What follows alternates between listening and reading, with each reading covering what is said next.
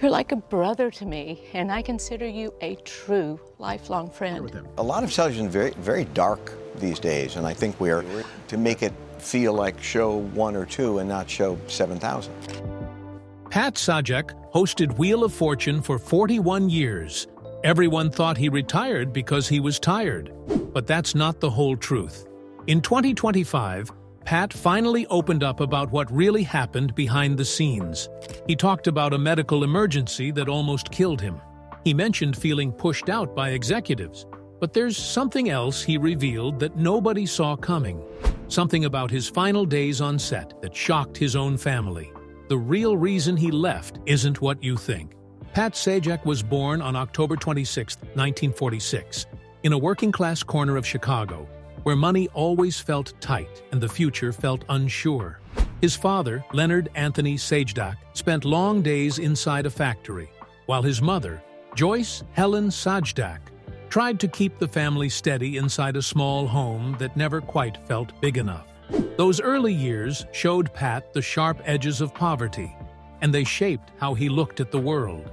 His Polish-American surname was originally Sajak, but he shortened it to Sajak later because he wanted people to say it right, and he wanted to fit in. That choice said a lot about the boy who wanted to belong, who wanted to climb, and who refused to let a tough childhood decide his future. Those days carved resilience into him slowly, and he carried it everywhere. Everything shifted when he was 17. A teen DJ contest aired live on WLS, one of Chicago's biggest stations. Dick Biondi hosted it, and Pat entered with nothing but hope and a steady voice. Somehow, he won. That moment placed him behind a real microphone for the first time, spinning records on a Saturday slot while the city listened.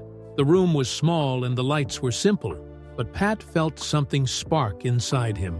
He played songs, talked on air, and felt the thrill that only broadcasting can give.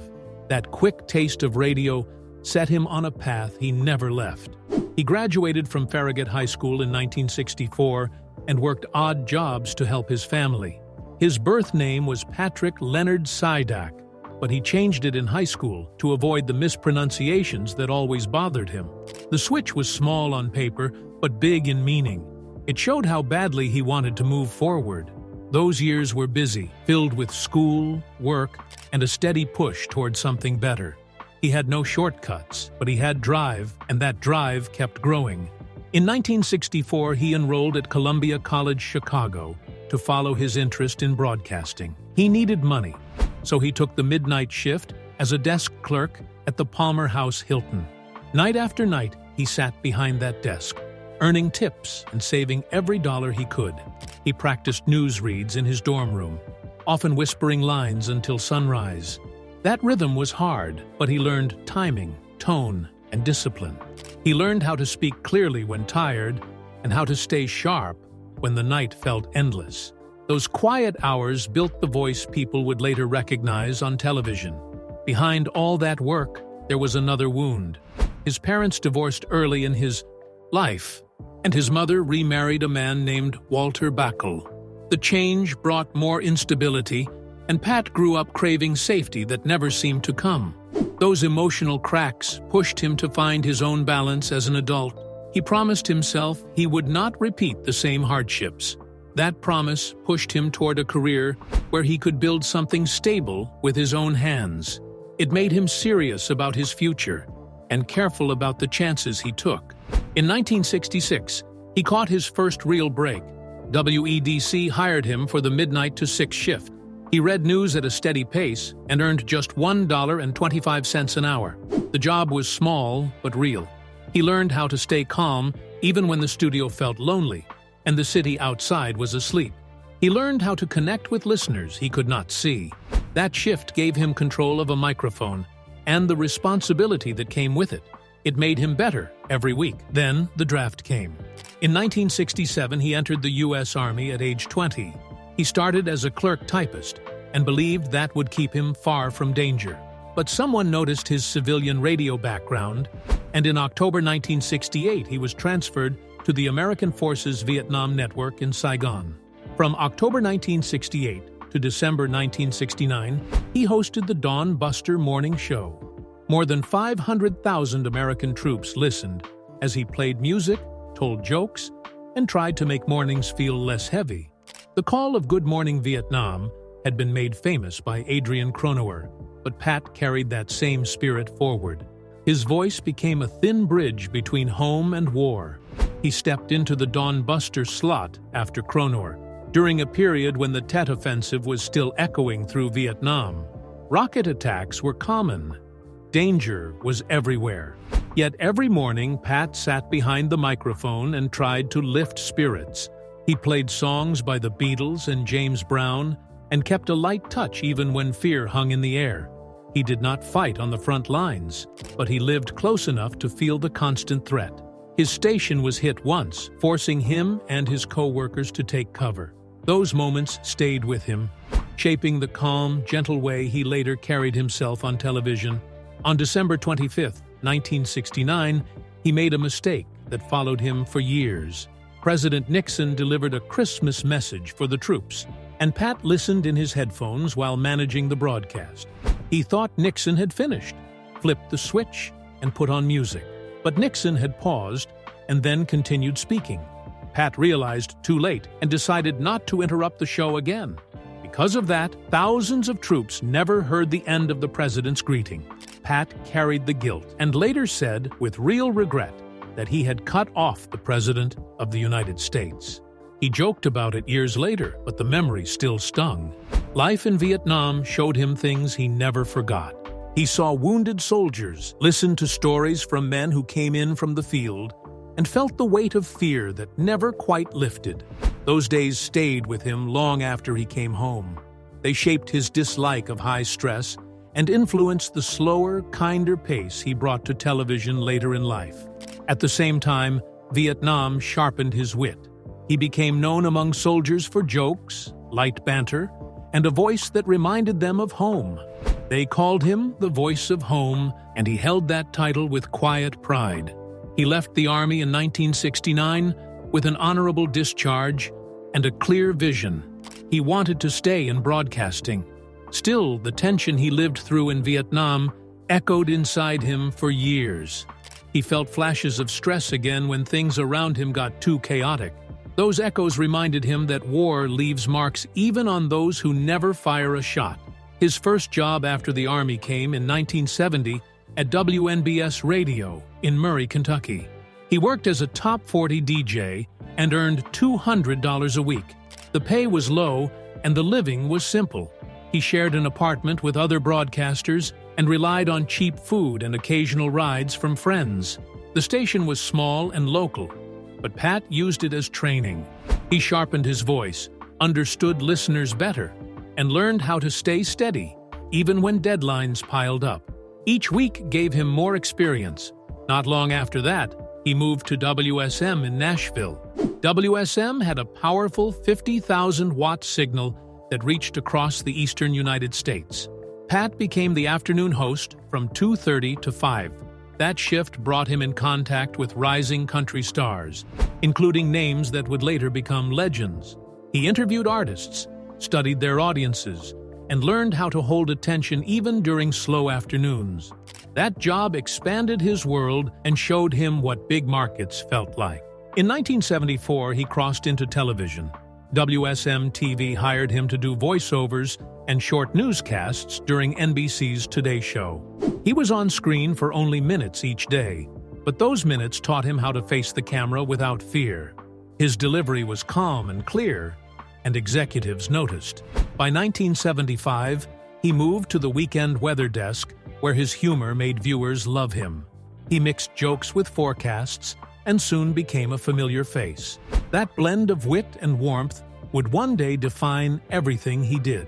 In 1976, he teamed up with Dan Miller for a small late-night talk segment.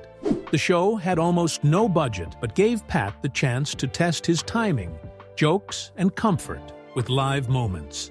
The chemistry worked, and Pat learned how to carry conversations easily. That experience helped him shape the personality people now recognize instantly. By 1977, he felt ready for something bigger. He left Nashville for Los Angeles and joined KNBC TV. The city was larger, the stakes were higher, and the opportunities were wide open. He became a weather presenter for the biggest TV market on the West Coast. That move set the stage for everything that came later. Nashville had taught him to handle rejection and pressure, and Los Angeles gave him the platform to rise. Pat Sajak's story in Los Angeles began in 1977. He stepped into KNBC as a full-time weatherman and earned $50,000 a year, which was a strong start for a local broadcaster. At first, he kept things simple, but soon he found his voice. He tossed playful lines into his forecasts, saying things like daytime highs and nighttime lows. Viewers loved it. The jokes made a routine segment feel alive and warm, and his style even inspired the title of Kenny Rogers' 1977 hit Daytime Friends. More people tuned in. Producers noticed. Little by little, that weather desk became a doorway, and he walked through it with quiet confidence. By 1980, he was ready for more. That year, he auditioned for 2 game show pilots, Press Your Luck and Puzzlers. Both projects failed before they could even air, but the people behind them saw something in him. During those pilot tapings, he kept the room relaxed, kept contestants smiling, and showed a natural rhythm that was hard to teach. Even though the shows went nowhere, his name began moving between producers. Hollywood can be slow, but moments like these start building pressure, and soon that pressure turns into opportunity. Still, not everything worked in his favor. In 1978, he had already been rejected in a sitcom pilot that never made it past its first stage. Those early snubs stung, and he had to take whatever work he could. He voiced commercials, took small recording jobs, and slowly saved money. By 1981, his side gigs helped him build a net worth of $100,000. That money was more than income. It kept him steady. It kept him from giving up while everyone around him seemed to be chasing the same dream. He learned how to stay patient, how to keep showing up, and how to adjust without losing hope. Then came the moment that could have died on the spot. In 1981, he met Merv Griffin through contacts at KNBC. Griffin thought he would fit Wheel of Fortune after Chuck Woolery left, but NBC's Fred Silverman said no. He called Sajak too local. That could have ended everything, but Griffin took a stand. He refused to move forward with tapings until the network agreed. Only after Silverman was fired did NBC accept Sajak. It was the first time someone fought for him that hard, and it changed his whole career. Sometimes one person believing in you more than you believe in yourself becomes the real turning point. On December 28, 1981, he finally made his first appearance on Wheel of Fortune. He was nervous. You can see it if you watch those early episodes. His voice shook a little, and the audience did not warm up right away. Ratings even dipped because viewers were still tied to Woolery. But Sajak kept easing into the role. He relaxed. He joked more. Week by week, he settled into the show, and viewers slowly followed. Soon the room felt lighter, and by that summer, he had built enough trust to keep the show steady. That slow climb taught him something. A rocky start does not mean a weak finish. The real shift came in 1983, when he took over the nighttime syndicated version. Back then, the show aired in only 40% of the country, and the numbers looked rough. But once he teamed up with Vanna White, the energy changed. By January 1984, it was in 70% of the country. Within a year, it reached 10 million daily viewers. By 1986, it became the highest-rated syndicated program in the United States. Their chemistry was gentle and funny, and it pulled people in who just wanted something comforting after a long day. Wheel went from struggling to unstoppable, and the two of them became part of American evenings without even trying. Those busy years came with a heavy schedule. From 1983 to 1989, he hosted both the daytime NBC version and the nighttime syndicated version. He often taped up to 5 episodes a day in Culver City. Some weeks, he taped more than 20 episodes.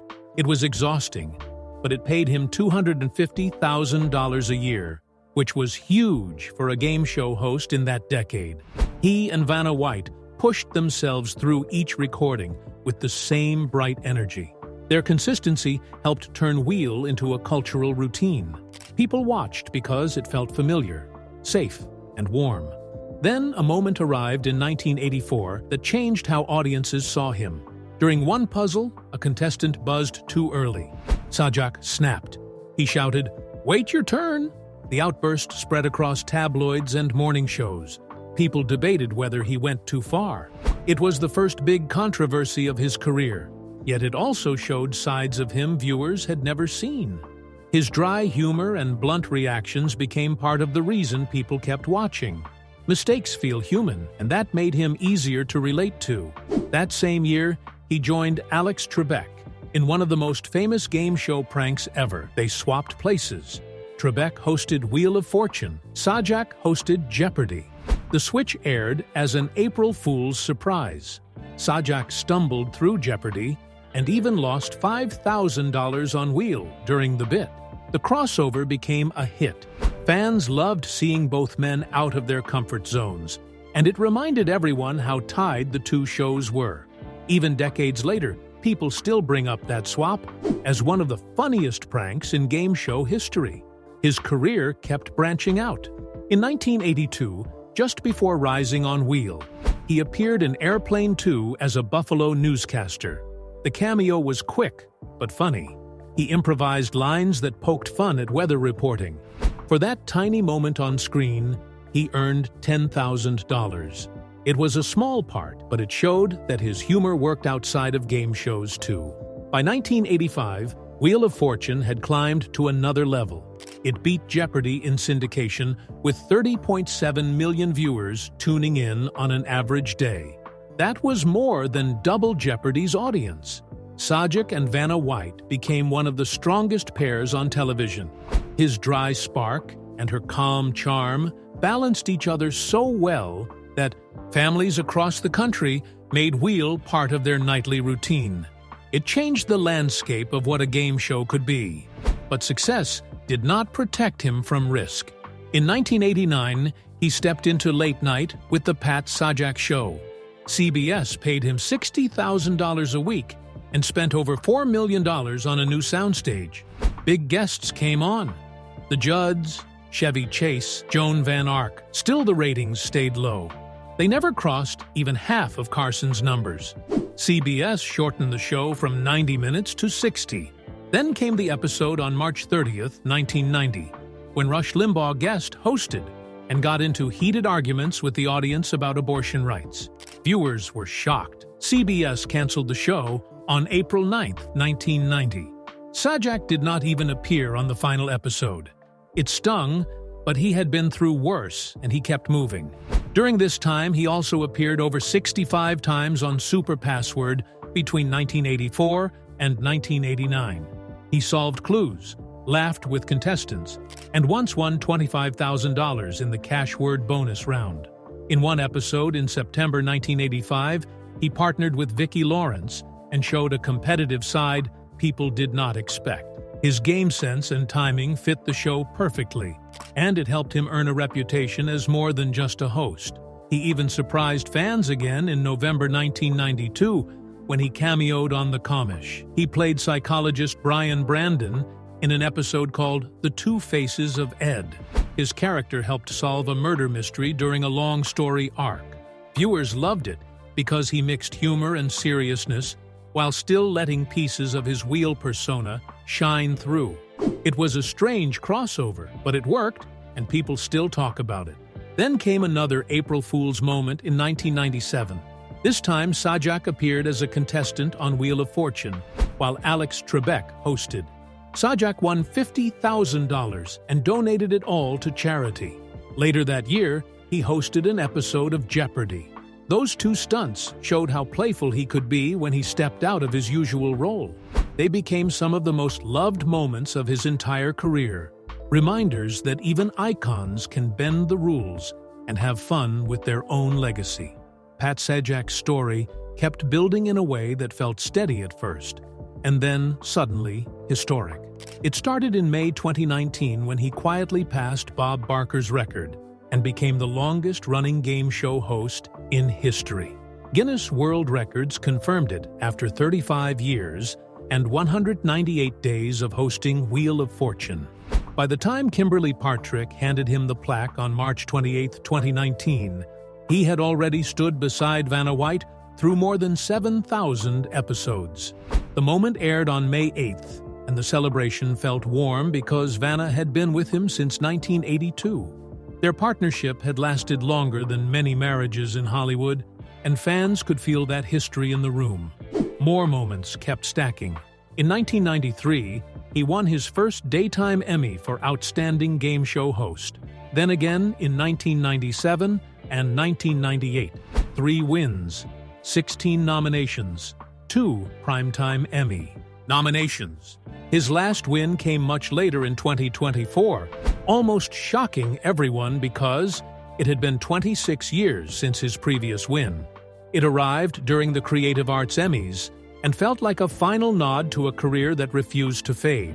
Even his Lifetime Achievement Award in 2011 showed how deeply the industry respected him.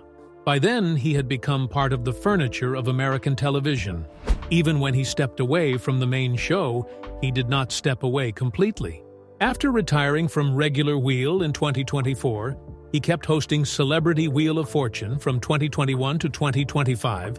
Those final episodes taped in 2024 and aired between April 30th and June 10th, 2025. Big names filled that run: Tiffany Haddish, Chance the Rapper, Joe Manganiello, Dionne Warwick, Matt Walsh. Fans watched closely because they knew these were his last on-screen moments as a host.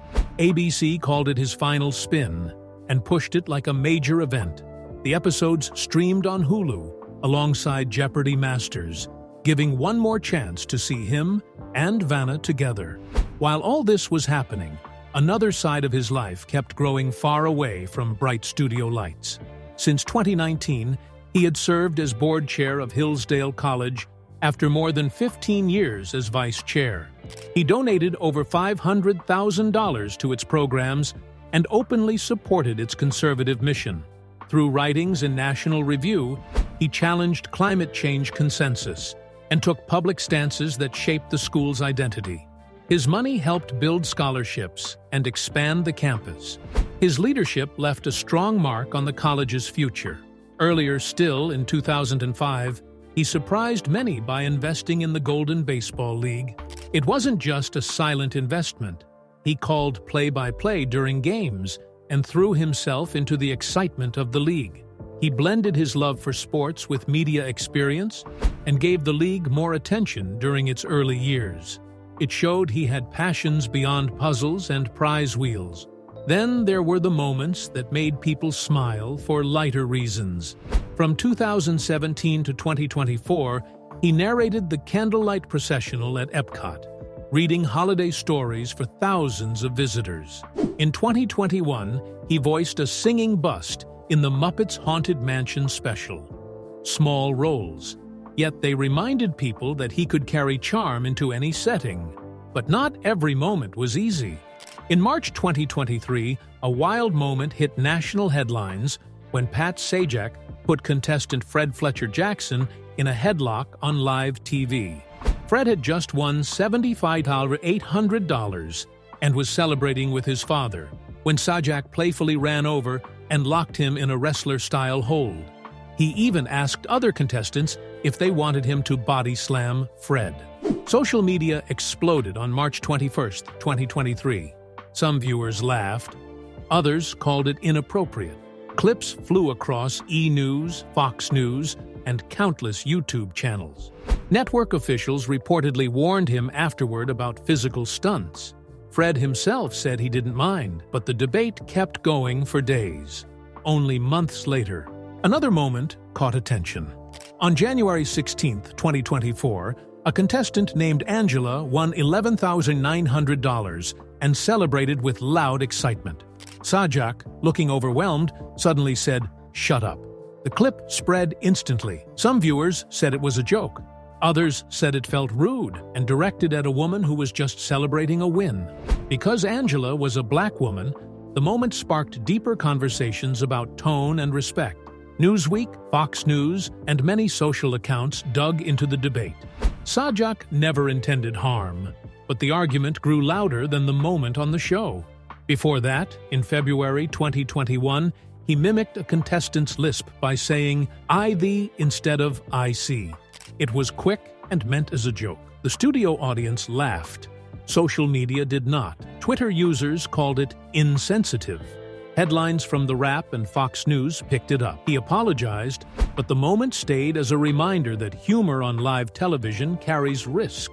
And then life delivered something heavier than any controversy. On November 8, 2019, he woke up to a normal morning walk with his daughter Maggie. Within minutes, he was doubled over in unbearable stomach pain. Doctors rushed him into the hospital and found a blocked intestine. His blood pressure dropped so low, they had to wait to operate. He said later that he felt like he was slipping into death. Vanna took over hosting duties for 2 weeks, while he fought through recovery. The event shook his family. It came without warning and made him think about everything he had given up while building his career.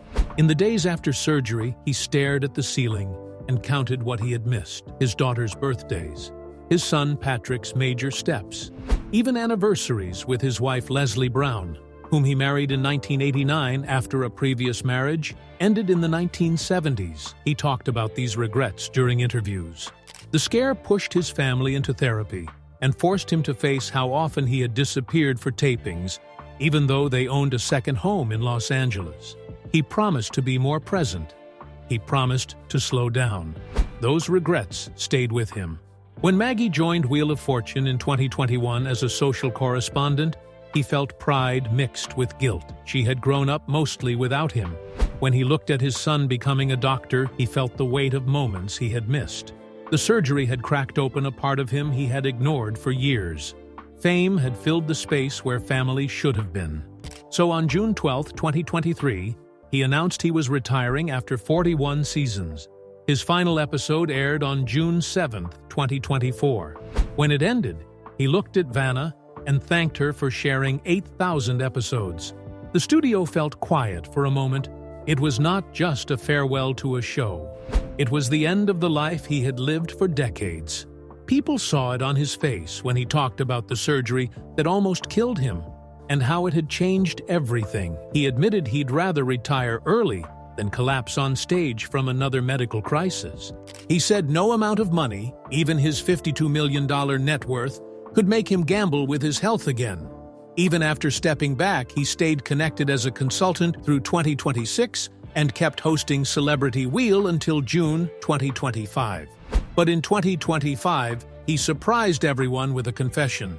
He said he felt resentment at being pushed out because of his age. Few celebrities admit anything like that. Fans listened closely. It showed a vulnerable side rarely seen. He talked about his early days in Vietnam and even mentioned a messed-up radio broadcast for President Nixon in 1969.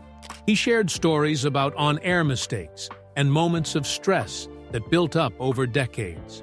He urged people to step away before it is too late.